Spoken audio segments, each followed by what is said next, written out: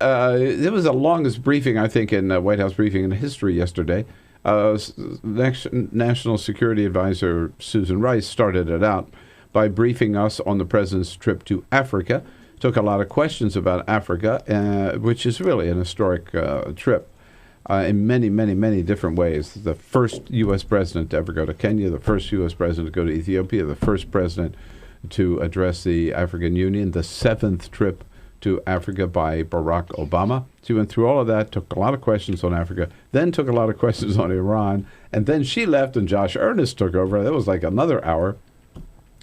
And it was kind of winding down, but toward the end, our friend, she was in last week with us, Molly O'Toole from Defense One, doesn't normally go to the briefing. She was there yesterday, and she pops up with a question about Gitmo. Obviously, the administration has made clear that they want Guantanamo to be closed. They've made this a priority. Members of Congress have asked for a plan to close Guantanamo. We know that Lisa Monaco and the Defense Secretary have promised that to Senator McCain. Defense Secretary Carter has been speaking about this publicly. Why has the White House been reluctant to acknowledge that they're working on this plan, and why have they cited Congress asking for this plan as a reason to veto the NDAA if, in fact, they want it to be closed? And then Josh surprised us. He was ready for the question, and he was ready to make an announcement.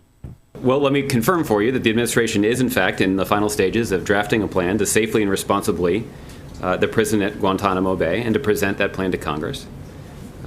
That has been something that our national security officials have been working on for quite some time. All right. So, Jeremy, you've been looking at this, too. Were you surprised to hear that? A little bit. Ash Carter, the defense secretary, has talked about this for a while. He's said he's pledged to McCain. They're going to deliver a plan. But McCain's been asking for a plan for a long time from the White House. So the fact that it sounds like they are on board with this could potentially signal some momentum forward in terms of actually getting somewhere towards the hard questions about how you actually close Guantanamo. So there are 116 prisoners left. Right. At one time, there were almost 800 there, right? And of the 116, a good number of them have already been cleared of any charges, right? They're just waiting to find a country that will take them? Yeah, that's right. I think it's about a little over 50 now still have been cleared for release. Yeah. And the issue, of course, is where do you put them? Right. There have been restrictions since Obama took office on transferring to the United States or building facilities in the United States that could house them. Presumably, that is going to be part of whatever plan the administration submits.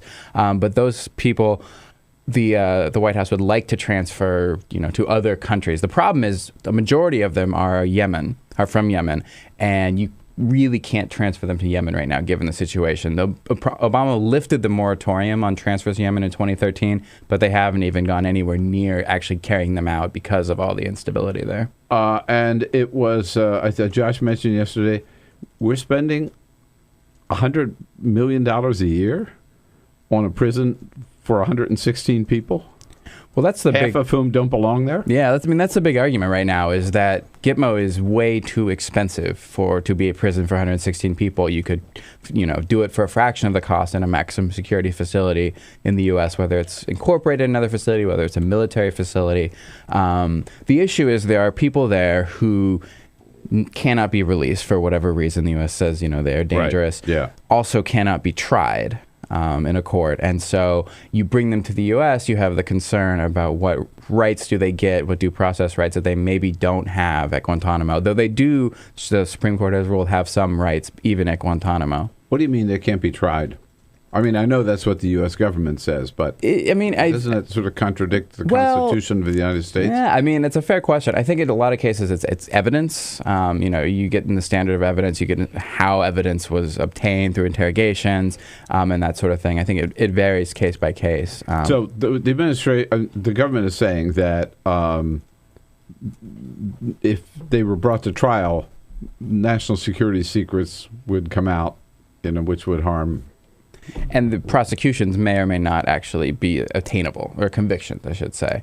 Right. And there are also so we people, might lose, therefore we won't bring them to trial. Well, and I mean, there's also, you look at like Khalid Sheikh Mohammed, who is in the stages of a very slow trial that is probably still years away.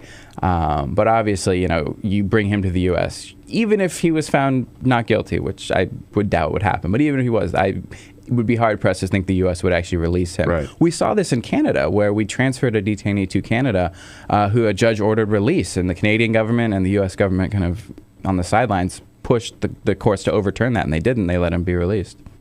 Now, let's talk about transferring these prisoners to the United States. I mean, we did just see this escape, well, El Chapo in Mexico and the 2 prisoners up in New York State. But we have federal maximum security prisons here that are pretty foolproof or escape-proof, don't we? Yeah, that's right, and that's the argument that's made by proponents of closing the prison, is that there is no danger to bringing them to the U.S. because you can put them in a place where they're not going to escape. The argument the other side makes is that wherever you put them, whether it's middle of nowhere Kansas or Illinois or South Carolina, it becomes a terror target. That town then becomes a terror target. But we have some pretty hardcore prisoners in these federal prisons. And right? terrorism prisoners, too. The administration likes to point out they have had many more convictions through the federal court system on terrorism charges than they have at Guantanamo. And every detainee that the U.S. has captured, every terrorism detainee they've captured, they have eventually brought to a federal prison and not sent any new ones to Guantanamo. Right. So this plan will go to Congress. Now, Congress has blocked bringing any of these prisoners to the United States. Republicans in Congress have. Are they having second thoughts? Is there any chance this plan will get through Congress? So the X factor here is John McCain. He, is now chairman of the Armed Services Committee this year. And remember, back in 2008, both he and Obama supported closing the prison. And what McCain has said is he wanted to work with the administration, the White House, and they never came to him with anything. So now that he's chairman, he inserted a provision in his version of the Defense Authorization Act, which is a must-pass bill, passes every year, and they're hashing out the final bill between the House and Senate right now, that requires this plan, which is part of the forcing mechanism. If Congress approves this plan, and that is a big if, the bill would release the restrictions on transfers to the U.S., on building facilities in the U.S. The House doesn't have any of that, and the House actually toughens the restrictions on sending them to foreign countries.